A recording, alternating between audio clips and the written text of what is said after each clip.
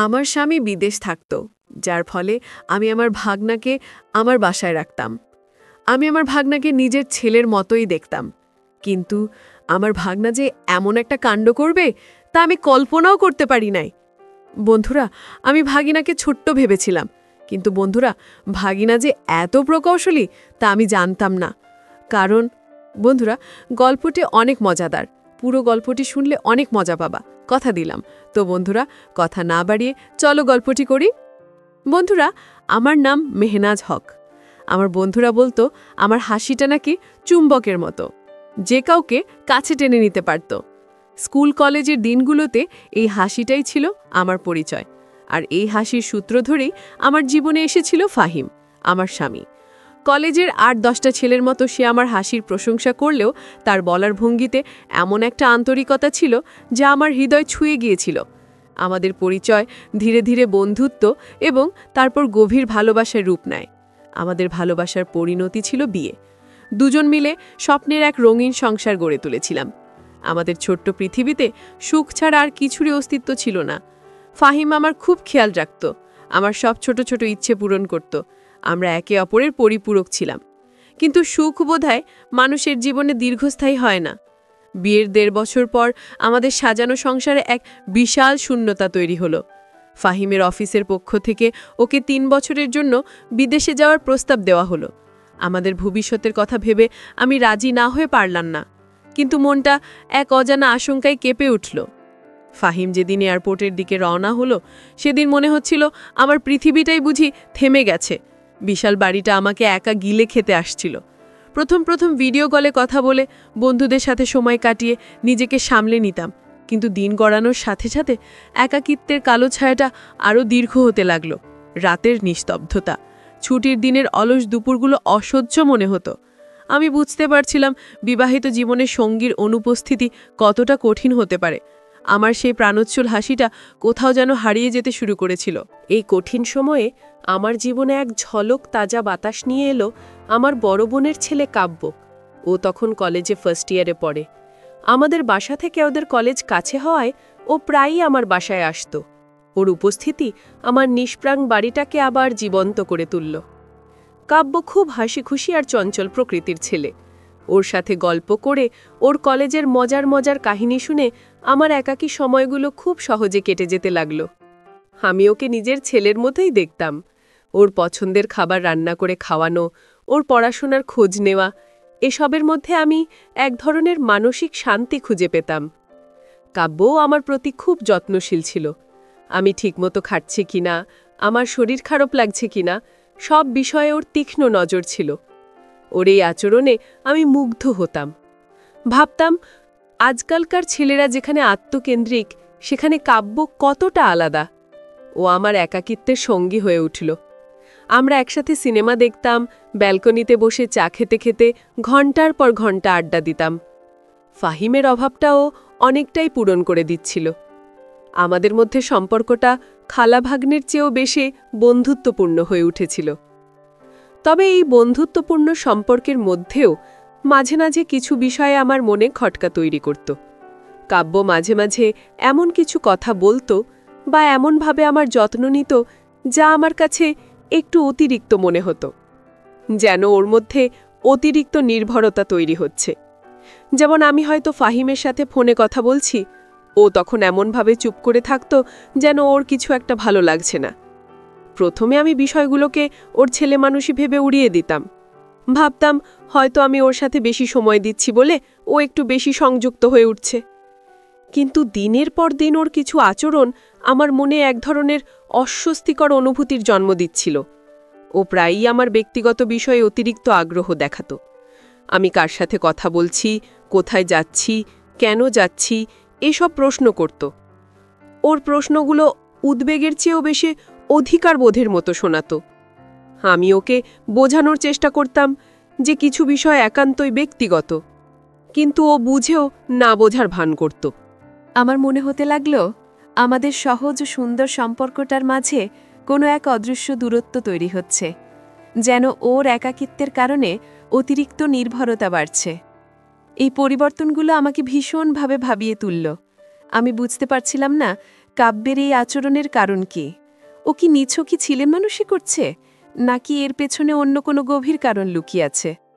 আমি একদিকে যেমন ওর সঙ্গ উপভোগ করতাম, তেমনি অন্যদিকে ওর কিছু আচরণে শঙ্কিত হয়ে উঠতাম। আমি সিদ্ধান্ত নিলাম বিষয়টা নিয়ে তাড়াহুড়ো করে কোনো সিদ্ধান্তে আসব না। আমি ওকে আরও কিছুদিন পর্যবেক্ষণ করব এবং আমাদের সম্পর্কের এই জটিলতার কারণ খুঁজে বের করার চেষ্টা করব।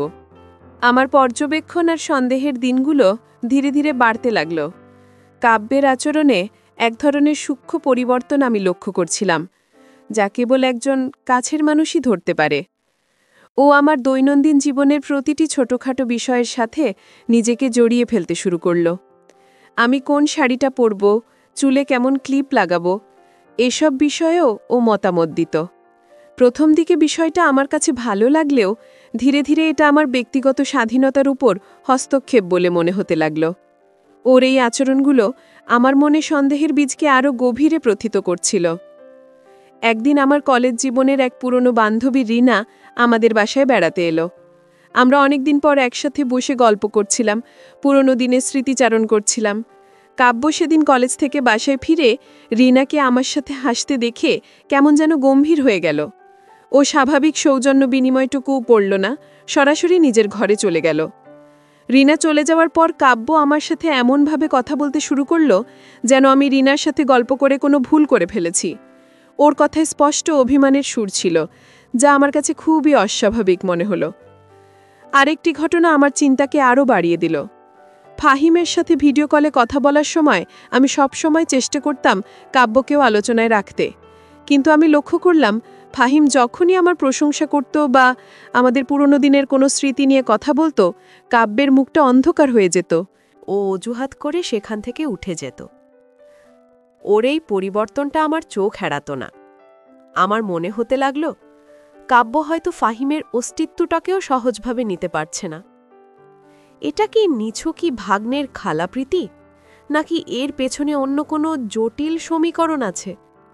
আমি কাব্যের সাথে এই বিষয়ে সরাসরি কথা বলার সাহস পাচ্ছিলাম না। আমার ভয় ছিল আমার কোনো ভুল বোঝার কারণে আমাদের সুন্দর পারিবারিক সম্পর্কটা নষ্ট হয়ে যেতে পারে। আমি ওকে ছেলের মতো স্নেহ করি, ওর কোনো কষ্ট আমি সহ্য করতে পারবো না। তাই আমি ঘুরিয়ে পেঁচিয়ে ওর মনের কথা জানার চেষ্টা করতাম।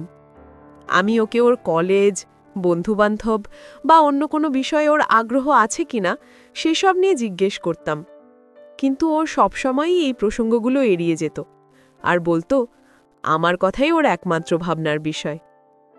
ওর এই ধরনের উত্তর আমাকে আরও বেশি দ্বিধায় ফেলে দিত।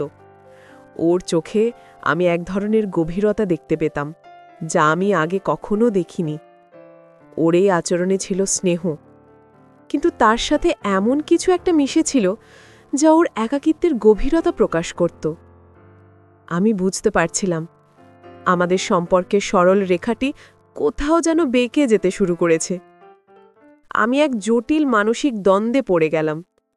একদিকে ফাহিমের প্রতি আমার ভালোবাসা আর দায়িত্ব, অন্যদিকে কাব্যের প্রতি আমার স্নেহ আর ওর অদ্ভুত আচরণের কারণে তৈরি হওয়া উদ্বেগ। আমি ঠিক করলাম কাব্যের সাথে আমাকে আরও বেশি মিশতে হবে, কিন্তু একটা নির্দিষ্ট দূরত্ব বজায় রেখে। আমি ওকে বোঝাতে চাইলাম যে ওর জীবনের পরিধি শুধু আমাকে কেন্দ্র করে নয়, এর বাইরেও একটা বিশাল জগৎ আছে। আমি ওকে খেলাধুলা বা অন্য কোনো সৃজনশীল কাজে মন দেওয়ার জন্য উৎসাহিত করতে লাগলাম। আমি ভাবলাম হয়তো নতুন কোনো ব্যস্ততা পেলে ওর মনোযোগ আমার উপর থেকে সরে যাবে এবং ও আবার আগের মতো স্বাভাবিক হয়ে উঠবে। কিন্তু আমার চেষ্টাগুলো যেন বুমেরাং হয়ে ফিরে আসছিল। আমি যখনই ওকে অন্য কিছুতে ব্যস্ত করার চেষ্টা করতাম, ও ভাবতো আমি ওকে অবহেলা করছি বা ওর থেকে দূরে সরে যেতে চাইছি। ওর অভিমান আরও বেড়ে যেত, আরও বেশি করে আমার কাছাকাছি থাকার চেষ্টা করত। ওর আচরণে এক ধরনের অতিরিক্ত আগ্রহ ফুটে উঠত, যা আমাকে ভীষণভাবে ভাবাত। আমি বুঝতে পারছিলাম পরিস্থিতি আমার নিয়ন্ত্রণের বাইরে চলে যাচ্ছে। আমার রাতের ঘুম হারাম হয়ে গেল। ফাহিমকে এই বিষয়ে কিছু বলার কথা ভাবতেও পারছিলাম না। ও বিদেশে একা থাকে, এসব শুনলে অকারণে চিন্তা করবে।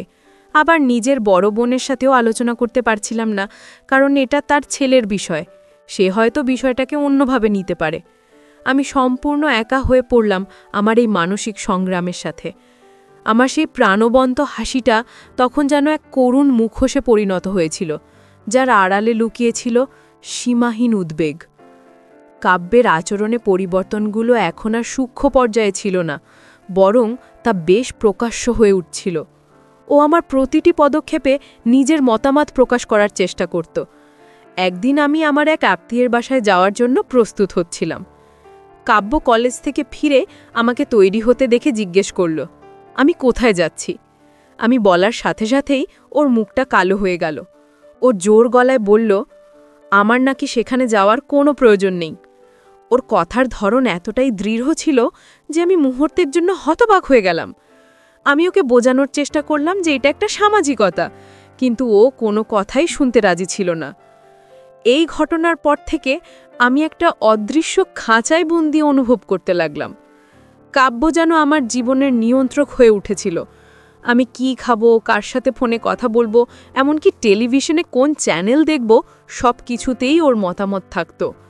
আমি যদি কখনো ওর কথার বাইরে কিছু করতাম, ও ভীষণভাবে মন খারাপ করত, কখনো কখনো খাওয়া দাওয়া বন্ধ করে দিত। ওর এই আচরণ আমাকে দুর্বল করে দিচ্ছিল। আমি ওর প্রতি স্নেহের কারণে ওর কষ্ট দেখতে পারতাম না, তাই অনিচ্ছা সত্ত্বেও ওর অনেক কথা মেনে নিতাম। আমাদের সম্পর্কের এই টানাপোড়ন আমার মানসিক স্বাস্থ্যের ওপর প্রভাব ফেলতে শুরু করল। আমি প্রায়ই অন্যমনস্ক থাকতাম, ছোটখাটো বিষয়ে রেগে যেতাম। আমার হাসি খুশি স্বভাবটা পুরোপুরি হারিয়ে গিয়েছিল। ফাহিম ভিডিও কলে আমার এই পরিবর্তন লক্ষ্য করত। ও বারবার জিজ্ঞেস করত আমার কোনো সমস্যা হয়েছে কিনা। আমি প্রতিবারই কোনো না কোনো অজুহাত দিয়ে এড়িয়ে যেতাম। আমি কিভাবে ওকে বোঝাবো যে ওর অনুপস্থিতিতে আমাদের সংসারে এক নতুন জটিলতার সৃষ্টি হয়েছে, যার কেন্দ্রবিন্দুতে রয়েছে আমারই স্নেহধন্য ভাগ্নে? আমি বুঝতে পারছিলাম কাব্য এক ধরনের মানসিক নির্ভরতায় ভুগছে। হয়তো আমার অতিরিক্ত স্নেহ এবং ওর একাকিত্ব, এই দুয়ে মিলে এমন এক পরিস্থিতি তৈরি হয়েছে। ও হয়তো স্নেহ এবং নির্ভরতার মধ্যে পার্থক্য করতে পারছে না। আমি ওকে দোষারোপ করতে পারছিলাম না, কারণ এই পরিস্থিতির জন্য হয়তো কিছুটা হলেও আমি দায়ী। ফাহিম চলে যাওয়ার পর আমি নিজের একাকিত্ব দূর করার জন্য কাব্যকে আঁকড়ে ধরেছিলাম, আর আজ সেই নির্ভরতাই আমাদের দুজনের জন্য একটা কঠিন পরিস্থিতি তৈরি করেছে। একদিন রাতে ব্যালকনিতে বসে আছি, হঠাৎ কাব্য আমার পাশে এসে বসল। কিছুক্ষণ চুপ করে থাকার পর ও খুব শান্ত গলায় আমাকে বলল, খালামণি, তুমি কি আমার ওপর বিরক্ত? আমি ওর প্রশ্নের জন্য প্রস্তুত ছিলাম না। আমি ওকে বললাম, না, এমন কেন মনে হচ্ছে তোর? ও আমার চোখের দিকে তাকিয়ে বলল, আমার মনে হয় তুমি আমাকে আগের মতো আর ভালোবাসো না, তুমি সব সময় আমাকে এড়িয়ে চলার চেষ্টা করো। ওর গলার স্বরে এমন এক উদ্বেগ ছিল যা আমার ভেতরটাকে নাড়িয়ে দিল। আমি কি উত্তর দেব ভেবে পাচ্ছিলাম না। আমি যদি সত্যি কথা বলি তাহলেও কষ্ট পাবে, আর যদি মিথ্যা বলি তাহলে এই জটিলতা আরও বাড়বে। আমি ওর মাথায় হাত বুলিয়ে বললাম, তুই আমার ছেলের মতো কাব্য, তোর উপর আমি কিভাবে বিরক্ত হব? আসলে আজকাল আমার শরীরটা ভালো যাচ্ছে না, তাই হয়তো একটু চুপচাপ থাকি। আমার উত্তরটা ওকে কতটা সন্তুষ্ট করল তা আমি বুঝতে পারলাম না, কিন্তু সেই রাতের পর থেকে ও আরও বেশি সতর্ক হয়ে গেল। ওর এই আচরণ আমার মনে এক ধরনের ভয় ঢুকিয়ে দিচ্ছিল। আমি ভাবছিলাম, এই নির্ভরতা যদি আরও বাড়তে থাকে তাহলে এর শেষ কোথায়?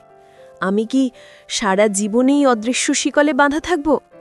আমি আমার স্বাধীনতা, আমার নিজের সত্তা সবকিছুই হারাতে বসেছিলাম। আমার মনে হলো এবার আমাকে একটা কঠোর পদক্ষেপ নিতেই হবে। আর কোনো লুকোচুরি নয়, আমাকে কাব্যের সাথে সরাসরি কথা বলতে হবে। কিন্তু প্রতিবারই যখন আমি কথা বলার জন্য প্রস্তুতি নিতাম, ওর নিষ্পাপ মুখটার দিকে তাকিয়ে আমার সব সাহস হারিয়ে যেত। আমি ভয় পেতাম, আমার কথায় ও যদি আরও বেশি ভেঙে পড়ে, যদি কোনো ভুল পদক্ষেপ নিয়ে বসে। এই ভয়, স্নেহ আর দোটানার মধ্যে আমার দিনগুলো কাটছিল। আমার সুন্দর জীবনটা যে এমন এক অদ্ভুত সন্দেহের জালে জড়িয়ে যাবে তা আমি দুঃস্বপ্নেও কল্পনা করিনি। পরিস্থিতি দিন দিন আরও জটিল আকার ধারণ করছিল।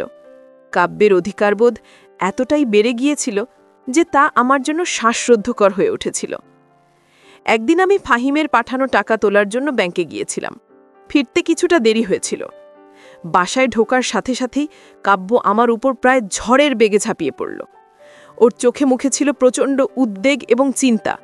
ও জোর গলায় বলতে লাগল, কোথায় ছিলে তুমি এতক্ষণ? ফোন ধরছিলে না কেন? তুমি কি জানো আমার কতটা চিন্তা হচ্ছিল?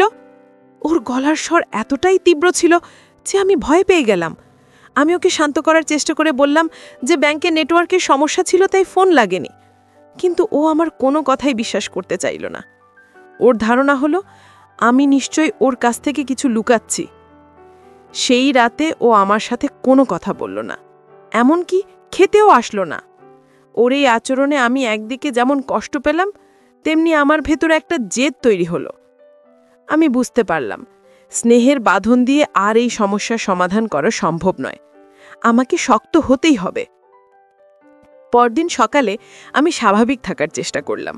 আমি কাব্যের জন্য ওর পছন্দের নাস্তা তৈরি করলাম, কিন্তু ও আমার দিকে একবারও না তাকিয়ে কলেজ চলে গেল।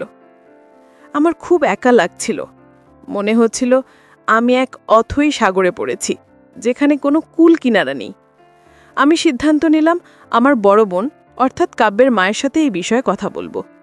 যদিও আমি ভয় পাচ্ছিলাম সে হয়তো আমাকেই ভুল বুঝতে পারে, কিন্তু এছাড়া আমার কাছে আর কোনো উপায় ছিল না। আমি আমার বোনকে ফোন করে আমাদের বাসায় আসতে বললাম। সে আসার পর আমি অনেক দ্বিধা নিয়ে পুরো ঘটনাটা তাকে খুলে বললাম। আমি খুব সাবধানে শব্দ চয়ন করছিলাম, যাতে সে কোনোভাবেই কাব্যকে ভুল না বুঝে। আমি তাকে বললাম যে কাব্য হয়তো একাকিত্বের কারণে আমার ওপর একটু বেশি নির্ভরশীল হয়ে পড়েছে এবং আমাদের দুজনকেই ওকে এই অবস্থা থেকে বের করে আনতে সাহায্য করতে হবে। আমার কথাগুলো শুনে আপা প্রথমে কিছুক্ষণ চুপ করে রইল। তার মুখের অভিব্যক্তি দেখে আমার বুঝতে পারছিলাম না সে কি ভাবছে। আমার অবাক করে দিয়ে আপা কান্নায় ভেঙে পড়ল। সে আমাকে জানালো যে শুধু কাব্য নয়, সে নিজেও তার সংসারে খুব একা। আমার দুলাভাই তার ব্যবসা নিয়ে এতটাই ব্যস্ত যে পরিবারকে একদমই সময় দেয় না। কাব্য ছোটবেলা থেকেই বাবাকে খুব কম কাছে পেয়েছে, আবার নিজেও তার নিজের মতো করে সংগ্রাম করে যাচ্ছে। কাব্য হয়তো আমার মধ্যে সেই আশ্রয়টা খুঁজে পেয়েছে যা সে তার নিজের পরিবারে পায়নি। এই কথাগুলো শোনার পর কাব্যের প্রতি আমার সব রাগ, সব বিরক্তি এক মুহূর্তে উবে গেল। ওর জন্য আমার খুব মায়া হলো। আমি আর আপা মিলে একটা পরিকল্পনা করলাম। আমরা ঠিক করলাম কাব্যকে বুঝতে না দিয়ে ওর জীবনযাত্রায় কিছু পরিবর্তন আনব।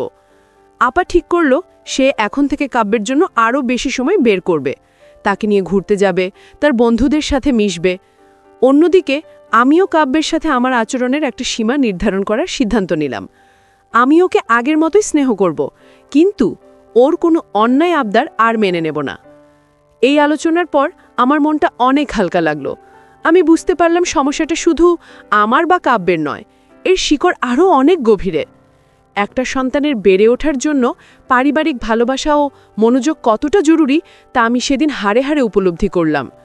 আমি আশা করছিলাম আমাদের এই সম্মিলিত চেষ্টা হয়তো কাব্যকে আবার স্বাভাবিক জীবনে ফিরিয়ে আনতে পারবে, কিন্তু পরিস্থিতি বদলানোটা যতটা সহজ ভেবেছিলাম ততটা সহজ ছিল না। কাব্যর মায়ের হঠাৎ পরিবর্তনে কিছুটা অবাক হলেও আমার উপর থেকে ওর মনোযোগ একটুও কমেনি। ও যেন আমার আর ওর মধ্যে তৃতীয় কোনো ব্যক্তির অস্তিত্ব সহ্য করতে পারত না, এমনকি সেটা যদি ওর নিজের মাও হয়। আমার পথটা যে এখনও অনেক কঠিন তা আমি বুঝতে পারছিলাম। আমার এবং আমার বোনের সম্মিলিত প্রচেষ্টা সত্ত্বেও কাব্যর আচরণে উল্লেখযোগ্য কোনো পরিবর্তন আসছিল না, বরং ও যেন আরও বেশি জেদি এবং আত্মকেন্দ্রিক হয়ে উঠছিল। ও হয়তো বুঝতে পারছিল যে আমরা ওকে পরিবর্তন করার চেষ্টা করছি, আর তাই ওর প্রতিরোধও ততটা তীব্র হচ্ছিল। ও আমার সাথে আগের চেয়েও বেশি সময় কাটানোর জন্য নানা রকম উপায় বের করত। কখনো বলতো ওর পড়া দেখিয়ে দিতে হবে, কখনো বলতো ওর শরীর ভালো লাগছে না। আমি ওর উদ্দেশ্য বুঝতে পারলেও ওর মুখের দিকে তাকিয়ে না করতে পারতাম না। একদিন কাব্য কলেজ থেকে ফেরার সময় আমার জন্য একগুচ্ছ রজনীগন্ধা ফুল নিয়ে এলো। আমি ফুল খুব ভালোবাসি, তাই স্বাভাবিকভাবে আমি খুব খুশি হলাম। কিন্তু আমার আনন্দটা বেশিক্ষণ স্থায়ী হলো না। ফুলের সাথে একটা ছোট কার্ড ছিল, যেখানে লেখা, আমার সবচেয়ে প্রিয় অভিভাবককে। প্রিয় শব্দটি আমার ভালো লাগলেও ওর লেখাটির মধ্যে আমি এক ধরনের গভীর নির্ভরতা খুঁজে পেলাম, যা আমাকে কিছুটা চিন্তিত করে তুলল। ওর পৃথিবীতে ওর বাবা মা, বোন, বন্ধুবান্ধব কেউই কি আপন নয়? শুধু আমিই কেন? এই ঘটনাটা আমার ধৈর্যের বাঁধ ভেঙে দিল। আমি বুঝতে পারলাম এই সম্পর্কটা এক অস্বাস্থ্যকর দিকে এগিয়ে যাচ্ছে, যাকে এখনই থামানো দরকার।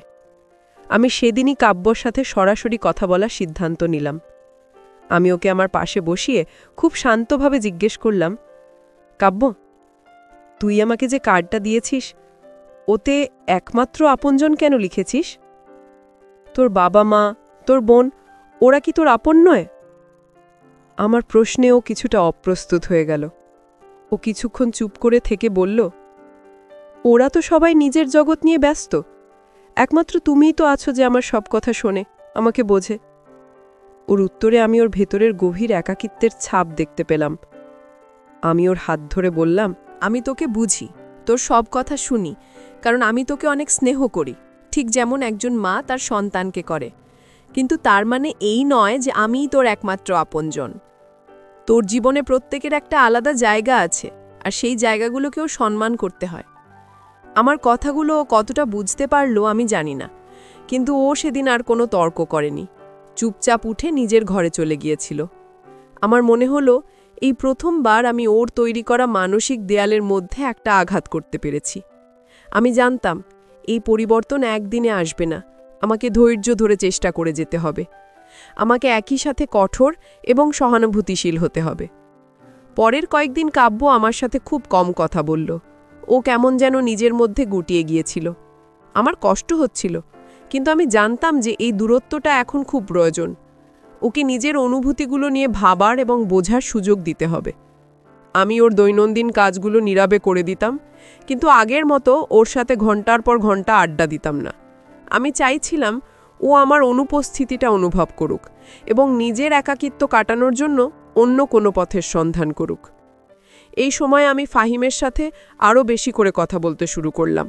ওকে সরাসরি কিছু না বললেও আমার কথার মধ্যে হয়তো আমার মানসিক চাপের আভাস ছিল। ফাহিম একদিন আমাকে বলল, মেহনাজ, আমার মনে হচ্ছে তুমি একা সব কিছু সামলাতে গিয়ে ক্লান্ত হয়ে পড়ছ। আমি ভাবছি আমার প্রজেক্টটা শেষ হতে আর যে মাস 6 বাকি, তারপর আমি একেবারে দেশে ফিরে আসব, আর বিদেশ নয়। ফাহিমের এই কথাগুলো আমার মনে এক নতুন আশার সঞ্চার করল। ফাহিম ফিরে এলে হয়তো অনেক সমস্যার সমাধান হয়ে যাবে। কাব্যের সাথে ওর একটা বন্ধুত্বপূর্ণ সম্পর্ক আছে। ফাহিমের উপস্থিতি হয়তো কাব্যকে বাস্তবতার জগতে ফিরিয়ে আনবে। ও বুঝতে পারবে যে আমার জীবনে আমার স্বামীর জায়গাটা কতটা গুরুত্বপূর্ণ। আমি সেই দিনের অপেক্ষায় রইলাম, যেদিন আমার এলোমেলো জীবনটা আবার আগের মতো গুছিয়ে নিতে পারব। কিন্তু আমি জানতাম না নিয়তির মনে অন্য কোনো পরিকল্পনা ছিল। আমার আর কাব্যের মধ্যে যে একটা শীতল দূরত্ব তৈরি হয়েছিল, তা বেশি দিন স্থায়ী হল না। কাব্য নিজেই সেই নীরবতা ভাঙল। একদিন সন্ধ্যায় ও আমার ঘরে এসে আমার হাত ধরে কান্নায় ভেঙে পড়ল। ও বারবার বলতে লাগল, খালামণি, আমার ভুল হয়ে গেছে, তুমি আমার সাথে এইভাবে কথা বন্ধ করে থেকো না, আমি তোমার সাথে সময় কাটাতে চাই। ওর কান্না দেখে আমার মন গলে গেল। আমি ওকে বুকে জড়িয়ে ধরে সান্ত্বনা দিলাম। আমি বুঝতে পারলাম ওকে দূরে ঠেলে দিয়ে এই সমস্যার সমাধান হবে না, ওকে কাছে রেখেই বোঝাতে হবে। সেই রাতের পর থেকে আমাদের সম্পর্কটা একটা নতুন মোড় নিল। আমি ওর সাথে কথা বলতাম, গল্প করতাম, কিন্তু খুব সচেতনভাবে আমাদের আলোচনার বিষয়বস্তু পরিবর্তন করে দিতাম। আমি ওকে ভবিষ্যৎ নিয়ে স্বপ্ন দেখতে শেখালাম। ওর পড়াশুনো, ওর ক্যারিয়ার, ওর শখ, এসব নিয়ে আলোচনা করতাম। আমি ওকে বোঝানোর চেষ্টা করতাম যে ওর জীবনটা কতটা মূল্যবান এবং এর পরিধি শুধু আমাকে কেন্দ্র করে আবর্তিত হতে পারে না। আমি ওকে বিভিন্ন সামাজিক কর্মকাণ্ডে যোগ দেওয়ার জন্য উৎসাহিত করলাম। আমার এই প্রচেষ্টায় কিছুটা কাজ হলো। কাব্য এলাকার একটা ক্লাবে ভর্তি হলো, খেলাধুলা শুরু করলো, নতুন কিছু বন্ধুও তৈরি হলো ওর। আমি লক্ষ্য করলাম ও এখন আগের চেয়ে কিছুটা হলেও নিজের জগৎ নিয়ে ব্যস্ত থাকছে। আমার উপর ওর মানসিক নির্ভরতা ধীরে ধীরে কমতে শুরু করেছে। আমি যখন দেখতাম ও ওর বন্ধুদের সাথে হাসছে, গল্প করছে, আমার মনটা শান্তিতে ভরে যেত। মনে হতো আমি সঠিক পথেই এগোচ্ছি। তবে মাঝে মাঝেই ওর পুরনো স্বভাবটা আবার মাথাচাড়া দিয়ে উঠত, বিশেষ করে যখন ফাহিমের ফোন আসত। ও তখনও ফাহিমের সাথে আমার কথা বলাটা সহজভাবে নিতে পারত না। ওর চোখে মুখে একটা চাপা অভিমান ফুটে উঠত। আমি বুঝতে পারতাম ওর মনের গভীর থেকে এই অধিকারবোধের শিকড় উপড়ে ফেলাটা খুব কঠিন। এর জন্য সময়ের প্রয়োজন, আর প্রয়োজন অবিরাম চেষ্টার। একদিন কাব্যর কলেজ থেকে ওর ক্লাস টিচার ফোন করলেন। তিনি জানালেন যে কাব্য পড়াশোনায় বেশ অমনোযোগী হয়ে পড়েছে এবং ওর পরীক্ষার ফলাফলও খুব খারাপ হয়েছে।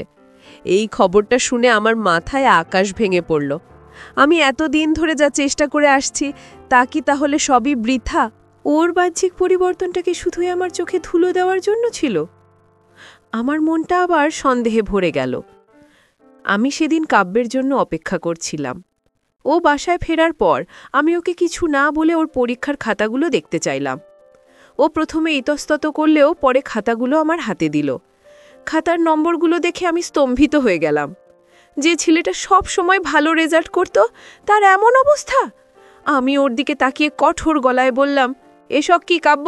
পড়াশোনা কি একেবারেই ছেড়ে দিয়েছিস? আমার কথায় ও কোনো উত্তর না দিয়ে মাথা নিচু করে দাঁড়িয়ে রইল। ওর এই নীরবতা আমার রাগ আরও বাড়িয়ে দিল। আমি বললাম, তোর জীবনের লক্ষ্য কি শুধু আমাকে নিয়ে ভেবে সময় নষ্ট করা? তুই কি বুঝতে পারছিস না তুই নিজের ভবিষ্যৎটা নষ্ট করছিস? আমার ধমক শুনে ও কেঁদে ফেলল। ওর কান্না দেখে আমার কষ্ট হলেও আমি সেদিন নিজেকে শক্ত রাখলাম। আমি জানতাম আজ যদি আমি নরম হয়ে যাই তাহলে হয়তো আর কখনো ওকে সঠিক পথে ফেরাতে পারবো না। আমি ওকে বললাম, আজ থেকে তোর সমস্ত অপ্রয়োজনীয় ঘোরাঘুরি বন্ধ। তুই শুধু কলেজ যাবি আর বাসায় ফিরে পড়াশোনা করবি। আমি নিজে তোর পড়া দেখব। আমার এই কঠোর শাসনে ও কোনো প্রতিবাদ করল না, নীরবে সবকিছু মেনে নিল। ওরই মেনে নেওয়াটা আমার মনে এক নতুন প্রশ্নের জন্ম দিল। ও কি সত্যিই নিজের ভুল বুঝতে পেরেছে, নাকি এটা ওর কোনো নতুন কৌশল? আমার সন্দেহের দোলাচল চলতেই থাকল। আমার কঠোর শাসনের অধীনে কাব্যের দিনগুলো কাটতে লাগল। আমি ওর জন্য একটা রুটিন তৈরি করে দিলাম এবং নিজে দাঁড়িয়ে থেকে সেই রুটিন অনুসরণ করা নিশ্চিত করলাম। ওর বন্ধুদের সাথে আড্ডা, ক্লাবে যাওয়া সবকিছু সাময়িকভাবে বন্ধ করে দিলাম। আমার একমাত্র লক্ষ্য ছিল ওকে আবার পড়াশোনার জগতে ফিরিয়ে আনা এবং ওর মনোযোগকে একটা নির্দিষ্ট দিকে প্রবাহিত করা। কাব্য আমার সব কথা মুখ বুজে মেনে নিচ্ছিল, যা আমার কাছে একদিকে যেমন স্বস্তিদায়ক ছিল তেমনি অন্যদিকে ছিল উদ্বেগজনক। ওর এই অস্বাভাবিক শান্তশিষ্ট আচরণ আমার মনে নতুন করে সন্দেহের জন্ম দিচ্ছিল। আমি প্রতি রাতে ওর সাথে পড়তে বসতাম, ওকে অঙ্ক বোঝাতাম, ইংরেজি গ্রামার শিখিয়ে দিতাম। এই সময়টাতে ও খুব মনোযোগী থাকত। কিন্তু আমি লক্ষ্য করতাম ও মাঝে মাঝে পড়া থামিয়ে আমার দিকে তাকিয়ে থাকত। সেই দৃষ্টিতে ছাত্রসুলভ শ্রদ্ধার চেয়েও বেশি ছিল এক ধরনের মানসিক নির্ভরতা ও অব্যক্ত যন্ত্রণা, যা আমাকে অস্বস্তিতে ফেলত, যা আমার ভেতরটাকে কাঁপিয়ে দিত। আমি ওর দৃষ্টি এড়িয়ে যাওয়ার চেষ্টা করতাম এবং ওকে পড়ায় মনোযোগ দিতে বলতাম। একদিন রাতে পড়ার সময় হঠাৎ লোডশেডিং হয়ে গেল। সারা বাড়ি অন্ধকারে ডুবে গেল। আমি মোমবাতি খোঁজার জন্য উঠতে যাব, এমন সময় হঠাৎ কাব্য আবেগ ভরে বলল, খালামণি, আমি কি কোনো ভুল করেছি? আপনি কেন আমার থেকে দূরে সরে যাচ্ছেন? ওর কণ্ঠে মায়া ও অনুশোচনার সুর ছিল। আমি যদিও অন্ধকারে ওর মুখ দেখতে পাচ্ছিলাম না, তবুও ওর মনটা কতটা কষ্টে আছে তা অনুভব করতে পারছিলাম। ওর গলার স্বরে ছিল একরাশ অভিমান আর যন্ত্রণা। আমি ওর হাত থেকে আমার হাত ছাড়িয়ে নেওয়ার চেষ্টা করে বললাম, আমি তোকে দূরে সরাচ্ছি না কাব্য, আমি শুধু চাই তুই নিজের পায়ে দাঁড়া, নিজের ভবিষ্যৎ নিয়ে ভাব। আমার কথায় ওর আবেগ আরও বেড়ে গেল। ও বলল, এই বাড়িতে একমাত্র তুমিই তো আমাকে বোঝো। তুমি পাশে না থাকলে আমার নিজেকে খুব একা আর অসহায় মনে হয়। এই কথাটা শোনার পর আমার মনে হলো আমার পায়ের নিচের মাটি সরে যাচ্ছে। আমি বুঝতে পারলাম আমার সব চেষ্টা ব্যর্থ হয়েছে। ওর নির্ভরতা এমন এক পর্যায়ে পৌঁছেছে যেখান থেকে ওকে ফিরিয়ে আনা প্রায় অসম্ভব। ঠিক সেই মুহূর্তে বিদ্যুৎ চলে এলো। ঘরের আলো জ্বলে ওঠার সাথে সাথে আমি কাব্যের চোখের দিকে তাকালাম। ওর চোখে ছিল জল আর ছিল এক ধরনের জেদ। আমি ভয় পেয়ে গেলাম। আমি বুঝতে পারছিলাম না এই পরিস্থিতিতে আমার কি করা উচিত। আমি যদি এখন চিৎকার করি বা ওকে বকাঝকা করি তাহলে হিতে বিপরীত হতে পারে। ও হয়তো এমন কিছু করে বসতে পারে যা আমাদের দুজনের জন্যই ক্ষতিকর হবে। আমি নিজেকে সামলে নিলাম এবং খুব ঠান্ডা মাথায় পরিস্থিতি সামাল দেওয়ার চেষ্টা করলাম। আমি ওর কাঁধে হাত রেখে খুব শান্তভাবে বললাম, দেখ কাব্য, তুই যা ভাবছিস তা ঠিক নয়। আমাদের সম্পর্কটা খুব সুন্দর। তুই আমার বোনের ছেলে, আমার সন্তানের মতো। এই সম্পর্কের মর্যাদার রক্ষা কর। আমার শান্ত স্বর হয়তো ওকে কিছুটা প্রভাবিত করল। ও আমার হাতটা ছেড়ে দিয়ে কান্নায় ভেঙে পড়ল। আমি ওকে আর কিছুই বললাম না, শুধু ওর পাশে বসে রইলাম। সেই রাতটা আমার জীবনের অন্যতম কঠিন রাত ছিল। আমি সারা রাত ঘুমাতে পারিনি। আমার মনে হচ্ছিল আমি একটা কঠিন পরিস্থিতিতে আটকে গেছি, যেখান থেকে বের হওয়ার কোনো পথ নেই। আমি বুঝতে পারলাম এই সমস্যার সমাধান আমার একার পক্ষে করা সম্ভব নয়। আমাকে এমন কারো সাহায্য নিতে হবে যাকে কাব্য সম্মান করে এবং যার কথা ও শুনবে। আমার মাথায় শুধু একটাই নাম এলো, ফাহিম। পরদিন সকালে আমি ফাহিমকে ফোন করলাম। আমি আর কোনো কিছু না লুকিয়ে ওকে পুরো ঘটনাটা খুলে বললাম। আমার কথাগুলো শুনে ও প্রথমে কিছুক্ষণ চুপ করে রইল। আমি ভয় পাচ্ছিলাম ও হয়তো আমাকেই ভুল বুঝবে, কিন্তু ও আমাকে অবাক করে দিয়ে খুব শান্তভাবে বলল, মেহনাজ, তুমি কোনো চিন্তা করো না। তুমি যা করেছ ঠিক করেছ। আমি বুঝতে পারছি তুমি কি কঠিন পরিস্থিতির মধ্যে দিয়ে যাচ্ছ। আমি পরের ফ্লাইটেই দেশে আসছি। আমরা দুজনে মিলেই সমস্যার সমাধান করব। ফাহিমের এই কথাগুলো শুনে আমার মনে হলো আমি যেন মরুভূমিতে এক পশলা বৃষ্টির দেখা পেলাম।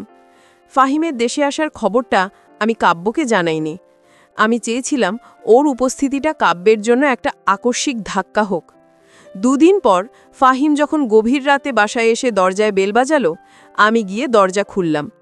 এতদিন পর ওকে দেখে আমার সব দুঃখ, সব কষ্ট যেন এক মুহূর্তে উধাও হয়ে গেল। কিন্তু আমাদের পুনর্মিলনের আনন্দ ছাপিয়ে বড় হয়ে উঠল কাব্যের সমস্যাটা। ফাহিম আমাকে আশ্বস্ত করল যে ও সব কিছু সামলে নেবে। পরদিন সকালে কাব্য ঘুম থেকে উঠে ড্রয়িং রুমে ফাহিমকে বসে থাকতে দেখে ভূত দেখার মতো চমকে উঠল। ওর চেহারায় বিস্ময়, অবিশ্বাস আর চাপা অসন্তোষের এক মিশ্র প্রতিক্রিয়া ফুটে উঠল। ফাহিম ওকে দেখে হেসে কাছে ডাকল, বলল, কিরে কাব্য, কেমন আছিস? আমাকে দেখে খুশি হসনি? কাব্য কোনো মতে একটা শুকনো হাসি দিয়ে নিজের ঘরে চলে গেল। ওর আচরণে ফাহিম সব কিছু স্পষ্ট বুঝে নিল।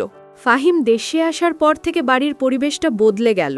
ফাহিম খুব বুদ্ধিমত্তার সাথে পরিস্থিতি সামাল দিতে লাগল। ও কাব্যের সাথে বন্ধুর মতো মিশতে শুরু করল।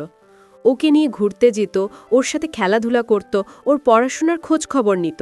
ফাহিম কখনোই ওকে আমাদের সম্পর্কের জটিলতা নিয়ে সরাসরি কিছু বলতো না, বরং নিজের আচরণ দিয়ে ওকে বোঝানোর চেষ্টা করত যে আমার জীবনে ওর, ফাহিমের, স্থানটা কোথায়। ও কাব্যকে একজন পুরুষের দায়িত্ব, কর্তব্য সম্পর্কে বোঝাতো। প্রথম দিকে কাব্য ফাহিমকে এড়িয়ে চললেও ধীরে ধীরে ফাহিমের আন্তরিকতার কাছে ও হার মানতে শুরু করল। ফাহিমের মতো একজন বন্ধু সুলভ এবং বিচক্ষণ পুরুষের সঙ্গ হয়তো ওর জীবনে খুব প্রয়োজন ছিল। ও ফাহিমের মধ্যে হয়তো সেই বাবার ছায়াটা খুঁজে পেয়েছিল, যা ও নিজের বাবার কাছে পায়নি। আমি লক্ষ্য করলাম কাব্য এখন আমার চেয়ে ফাহিমের সাথেই বেশি সময় কাটায়। ওদের দুজনের মধ্যে একটা সুন্দর বন্ধুত্বপূর্ণ সম্পর্ক গড়ে উঠেছিল। একদিন বিকেলে ফাহিম আর কাব্য ব্যালকনিতে বসে কথা বলছিল।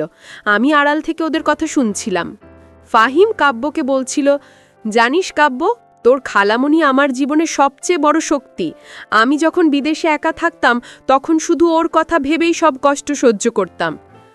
ভালোবাসা মানে শুধু একসাথে থাকা নয়, ভালোবাসা মানে একে অপরের শক্তি হয়ে ওঠা, একে অপরের স্বপ্নকে সম্মান করা। ফাহিমের কথাগুলো মন্ত্রের মতো কাজ করল। আমি দেখলাম কাব্য খুব মনোযোগ দিয়ে ওর কথা শুনছে। সেই দিন রাতে কাব্য আমার কাছে এলো। ওর চোখে আমি প্রথমবারের মতো অপরাধবোধের ছায়া দেখতে পেলাম। ও আমার সামনে মাথা নিচু করে দাঁড়িয়ে বলল, খালামণি, আমাকে মাফ করে দিও। আমি বুঝতে পারিনি আমি কি ভুল করতে যাচ্ছিলাম। ফাহিম ভাইয়া আমাকে বুঝিয়ে দিয়েছে স্নেহ এবং সম্মানের সঠিক অর্থ কী। তুমি আমার জীবনে একজন মায়ের মতো, একজন অভিভাবকের মতো। আমি আর কখনোই সম্পর্কের পবিত্রতা নষ্ট করব না। ওর কথাগুলো শুনে আমার চোখ দিয়ে জল গড়িয়ে পড়ল। এটা ছিল স্বস্তির জল, আনন্দের জল। এরপর আমাদের জীবনে সবকিছু ধীরে ধীরে স্বাভাবিক হতে শুরু করল। কাব্য আবার আগের মতো সেই হাসি খুশি চঞ্চল ছেলে হয়ে গেল। ও পড়াশোনায় মন দিল এবং ওর বন্ধুদের সাথে মিশতে শুরু করল। আমার সাথে ওর সম্পর্কটা আগের মতোই স্নেহের ছিল, কিন্তু এখন সেই স্নেহের মধ্যে কোনো অস্বস্তিকর অধিকার বোধ ছিল না, ছিল নিখাদ শ্রদ্ধা আর সম্মান। ফাহিমের উপস্থিতি আমাদের পরিবারে এক নতুন ভারসাম্য নিয়ে এসেছিল। বন্ধুরা, আমার এই গল্পের মাধ্যমে আমি তোমাদের এটাই বোঝাতে চেয়েছি যে জীবনের কঠিন সময়ে ধৈর্য হারানো উচিত নয়। সম্পর্কগুলোতে যখন কোনো জটিলতা দেখা দেয় তখন রাগ বা অভিমান দিয়ে তার সমাধান করা যায় না। প্রয়োজন হয় বিচক্ষণতা, সহানুভূতি এবং সঠিক যোগাযোগের। প্রতিটি সম্পর্কের একটা নিজস্ব সীমা এবং পবিত্রতা থাকে। সেই সীমাকে সম্মান করা আমাদের সকলেরই কর্তব্য। বিশেষ করে বয়ঃসন্ধিকারের ছেলে মেয়েদের মানসিক জগতে অনেক পরিবর্তন আসে। এই সময় তাদের সবচেয়ে বেশি প্রয়োজন হয় পারিবারিক ভালোবাসা, মনোযোগ এবং একজন সঠিক পথপ্রদর্শক। তাদের ভুলগুলোকে বড় করে না দেখে ভুলের পেছনের কারণটা খুঁজে বের করে যদি তাদের পাশে দাঁড়ানো যায়, তাহলে যে কোনো ভুল পথ থেকে তাদের ফিরিয়ে আনা সম্ভব। আমার জীবনে ফাহিম সেই পথপ্রদর্শকের ভূমিকা পালন করেছিল এবং আমাদের সুন্দর পরিবারটিকে ভাঙনের হাত থেকে রক্ষা করেছিল। গল্পটি ভালো লাগলে লাইক, কমেন্ট ও শেয়ার করতে ভুলবেন না। নতুন গল্প পেতে চ্যানেলটি সাবস্ক্রাইব করে পাশে থাকুন। ধন্যবাদ সবাইকে।